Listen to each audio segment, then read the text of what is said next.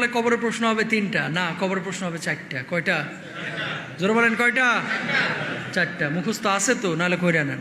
কবর বড় ভয়াবহ জায়গা ভাই, কবর বড় ভয়াবহ জায়গা। কাউকে চিনবে না, প্রধানমন্ত্রীর ছেলে, হুজুরের ছেলে, খতিবের ছেলে, হাফিজের ছেলে চিনবে না। কবর দেখবে আমল আছে কিনা। সুবহানাল্লাহ বলেন। সুতরাং আমল নিয়ে কবরে যাইতে হবে ভাই, কাউকে চিনবে না।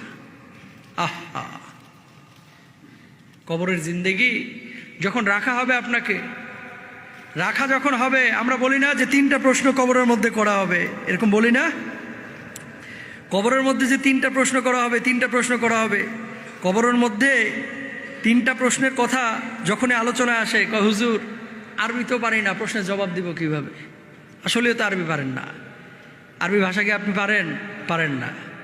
সবাই কিঞ্চিত কেউ কেউ পারেন বা মুখস্থ করেছেন, তাহলে জবাব দিবেন কিভাবে? শোনেন, এই আরবি জবাব দেওয়ার জন্য আরবি ভাষা শেখাটা জরুরি না আপনার জন্য, কিন্তু নামাজ পড়ার জন্য, দিন বোঝার জন্য আরবি শেখাটা, যেহেতু কোরআনের ভাষা আরবি, আল্লাহর ভাষা আরবি, সেহেতু আরবি জানাটা জরুরি। ঠিক কিনা? কবরের প্রশ্নের উত্তর অটোমেটিক চলে আসবে। অনেকে বলে কবরের প্রশ্ন হবে 3টা, না কবরের প্রশ্ন হবে 4টা। কয়টা? জোরে বলেন কয়টা?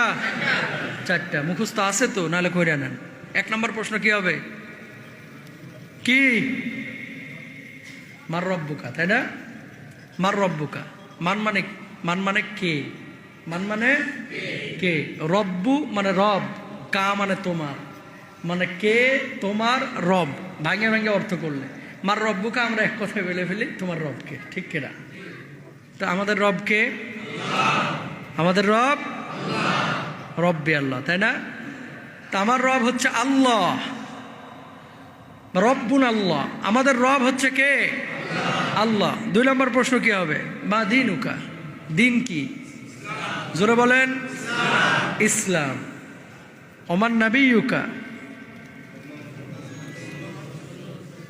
নবীকে মুহাম্মদ রাসূলুল্লাহ সাল্লাল্লাহু আলাইহি ওয়াসাল্লাম অথবা আল্লাহর নবী সাল্লাল্লাহু আলাইহি ওয়াসাল্লামকে সামনে পেশ করা হবে। মান হাদার রাজুল, এই ব্যক্তি কে? যখন আপনি বলবেন ইনি হচ্ছেন সর্বশেষ নবী মুহাম্মদুর রাসূলুল্লাহ সাল্লাল্লাহু আলাইহি ওয়াসাল্লাম। এরপরে চতুর্থ যে প্রশ্নটা আপনাকে করা হবে, প্রশ্ন করা হবে ওমা ইদরিকা, যে এটা তুমি কিভাবে জানলা, এগুলো জানলে কিভাবে? সে বলবে করাতু কিতাবাল্লাহি ফাআমানতু বিহি ওয়া সাদ্দাকতু, এগুলো আমি আল্লাহর কোরআন পড়ে জেনেছি। অথবা বলা হবে তুমি সত্য বলেছো। আর যখন এই ঘোষণা হয়ে যাবে, ইয়া আইয়্যাতুহান নাফসুল মুতমাইন্না ইরজিই ইলা রাব্বিকি রাদিয়াতাম মারদিয়্যা ফাদখুলি ফি ইবাদি ওয়াদখুলি জান্নাতি। সুবহানাল্লাহ বলেন না? কোথায় চলে যাও? জান্নাতে চলে যাও। যখন রূহটা কবজ হবে না, এভাবে সম্বোধনও করা হবে। তো কবরের প্রশ্ন হবে 4টা, তোমার রবকে, তোমার দিন কি, তারপরে তোমার নবীকে বা এই ব্যক্তিকে। চতুর্থ প্রশ্ন হবে এগুলো জানলা কোত্থেকে? তাহলে প্রশ্ন কয়টা বলছিলাম? 4টা। এখন মুখস্থ করবেন নাকি ইসলামের মধ্যে আসবেন? বলেন। ইসলামের মধ্যে আসবেন। এই তো মাশাআল্লাহ, এটা মুখস্থ করে কোনো কাজ হবে না, বরং ইসলামের মধ্যে আসতে হবে। ইসলামের মধ্যে যখন আসবেন, তখন অটোমেটিক আল্লাহ সুবহানাহু ওয়া তাআলা জবান খুলে দেবেন।